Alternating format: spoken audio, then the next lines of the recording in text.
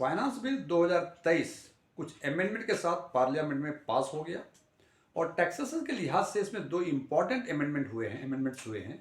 और उसमें से एक अमेंडमेंट है जिसमें कहा गया है कि 1/4/2023 से 3 fund, date mutual fund, gold fund और फॉरेन इक्विटी म्यूचुअल फंड में जो लॉन्ग टर्म कैपिटल गेन में इंडेक्सेशन की सुविधा मिलती थी वो सुविधा अब नहीं मिलेगी।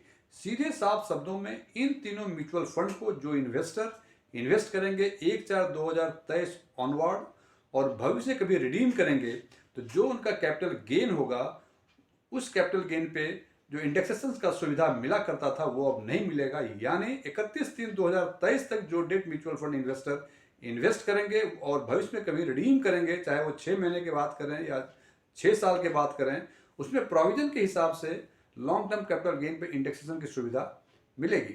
जैसे ही ये सूचना मीडिया में आई, मीडिया में एक तूफान आ गया और बहुत सारे हमारे एनालिस्ट ये बताने लगे कि टैक्स प्रोविजन में ये चेंज हुआ है जो लॉन्ग टर्म कैपिटल गेन में, इसके कारण डेट म्यूचुअल फंड इन्वेस्टर्स को भारी नुकसान हुआ है।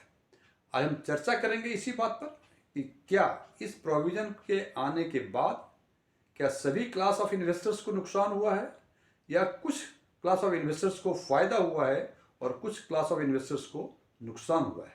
यदि मेरा यह वीडियो आपको पसंद आए इसे लाइक करें, अपने फ्रेंड्स के साथ शेयर करें और यदि आप हमारे चैनल पर फर्स्ट टाइम आए हैं इसको सब्सक्राइब करें और सब्सक्राइब करने के बाद उसके बगल में बेल आइकन को जरूर दबाएं ताकि हमारे नए वीडियो की नोटिफिकेशन आपको लगातार मिलती रहे। स्ट्रॉन्ग टैक्स स्पिन में आप एक बार फिर से स्वागत है।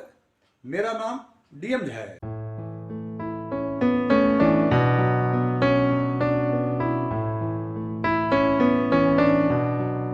एलटीसीजी में इंडेक्सेशन की सुविधा को समाप्त करने का मतलब है वो सारे capital gain short term capital gain माने जाएंगे।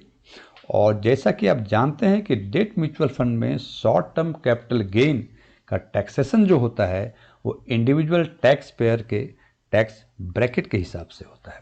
इस पर चर्चा आगे करने के पहले मैं एक चीज़ बताना चाहूँगा कि नॉर्मल कैलकुलेशन के हिसाब से 20% इंडेक्सेशन सुविधा के साथ और 15% विदाउट इंडेक्सेशन की सुविधा के साथ ये दोनों अमाउंट बराबर होते हैं। मैं फिर रिपीट कर रहा हूँ, 20% with indexation and 15% without indexation ये ऑलमोस्ट इक्वल होता है। इसका मतलब ये नहीं कि इक्वल ही होता है, थोड़ा बहुत का फर्क हो सकता है। इसको इस तरह से समझा जा सकता है कि यदि आपका कैपिटल गेन 1 लाख रुपए है और उसमें इंडेक्सेशन की सुविधा मिलेगी तो वो करीब 75,000 के पास आता है। ये एवरेज है, 75,000 के पास आता है और 75,000 का 20% मतलब 15,000 और वही 1 लाख जिसमें इंडेक्सेशन की सुविधा नहीं मिलेगी उसका 15% भी 15,000 होगा।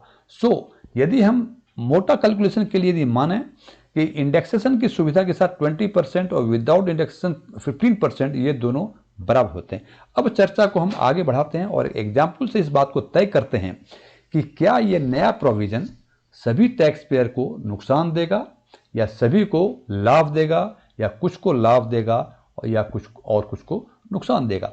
तो इसके पहले बता दूं, ओल्ड टैक्स रेजिम हमने एग्जाम्पल लिया है ओल्ड टैक्स रेजिम के हिसाब से और उसका टैक्स स्लैब के बारे में जैसा कि आप जानते हैं up to 3 lakh, nil more than 3 to 6 lakh, 5% more than 6 to 9 lakh, 15% और 6 लाख से ऊपर जो भी अमाउंट होंगे उस पर 10%। उसी हिसाब से more than 9 lakh to 12 lakh, 45,000 plus 9 lakh से ऊपर जितना अधिक होगा उसका 15% and accordingly 90,000 plus 20% and 1,50,000 plus 30%। अब एक एग्जाम्पल लेते हैं, एक इंडिविजुअल टैक्स पेयर का एग्जाम्पल लेते हैं जिसमें हम मानते हैं कि उस टैक्स पेयर का कैपिटल गेन, ये capital gain debt mutual fund के बारे में चर्चा कर रहा हूं मैं, 1 लाख रुपए हैं और बाकी जो 4 हेड और हैं वो सारे इनकम हेड मिला के उनका इनकम 8 लाख रुपए है। मैं एक चीज़ बता दूं, ओल्ड टैक्स रिजिम और न्यू टैक्स रिजिम के बारे में हमने वीडियो बना रखी है। इसके बारे में यदि आपको कुछ देखना हो तो आप डायरेक्ट टैक्सेशन के प्लेलिस्ट में जाके अपना मनपसंद वीडियो देख सकते हैं। उसी हिसाब से हमने 8 लाख और 1 लाख के बारे में जो बातें किया, जो हेड्स ऑफ इनकम है इसकी भी हमने वीडियो बना रखी है, वो इसकी वीडियो भी आप डायरेक्ट टैक्सेशन के प्लेलिस्ट में जाके अपना मनपसंद लिंक दिया हुआ है, उसमें जाके मनपसंद वीडियो आप देख सकते हैं। तो हमने कहा कि 8 लाख 4 हेड के इनकम से और 1 लाख कैपिटल गेन हुआ है।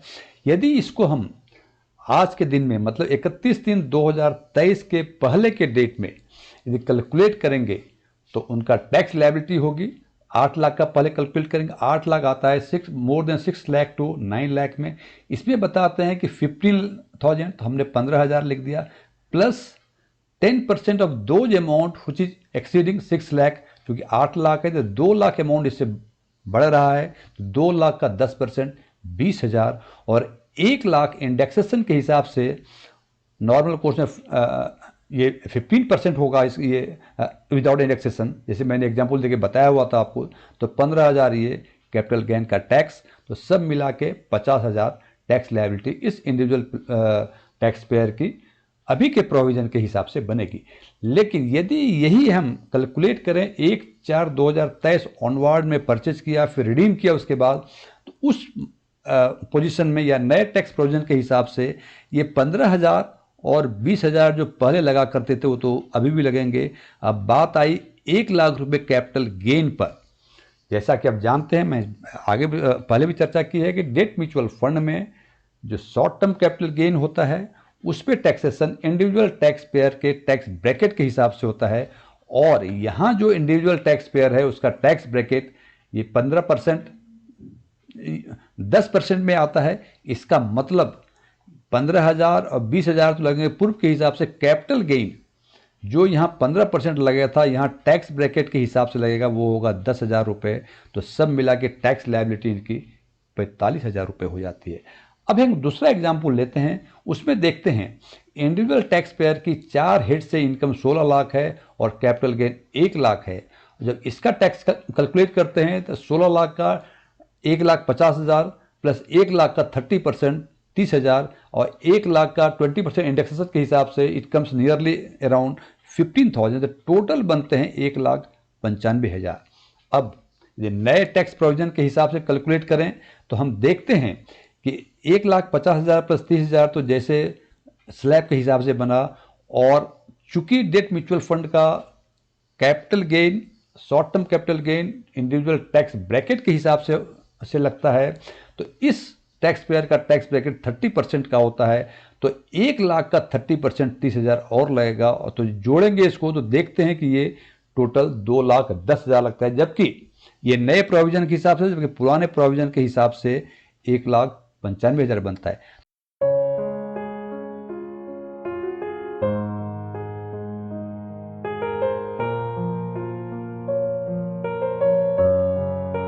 इससे एक बात तो स्पष्ट है कि डेट फंड में कैपिटल गेन टैक्स में जो नए प्रोविजन आए हैं उसके कारण सभी टैक्स पेयर्स को नुकसानदेह है, यह कहना बिल्कुल गलत है। बल्कि इस नए प्रोविजन से कुछ क्लास ऑफ टैक्स पेयर्स को फ़ायदा होगा और कुछ क्लास ऑफ टैक्स पेयर्स को नुकसान होगा।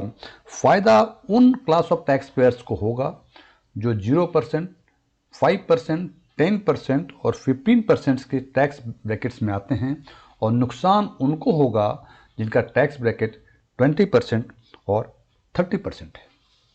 फ्रेंड्स, मुझे उम्मीद है कि अब आपको ये स्पष्ट हो गया होगा कि डेट म्यूचुअल फंड में कैपिटल गेन टैक्स में जो नए टैक्स प्रोविज़न आए हैं जो कि 1/4/2023 से लागू है, इसके कारण किसे नुकसान है और किसे फ़ायदा।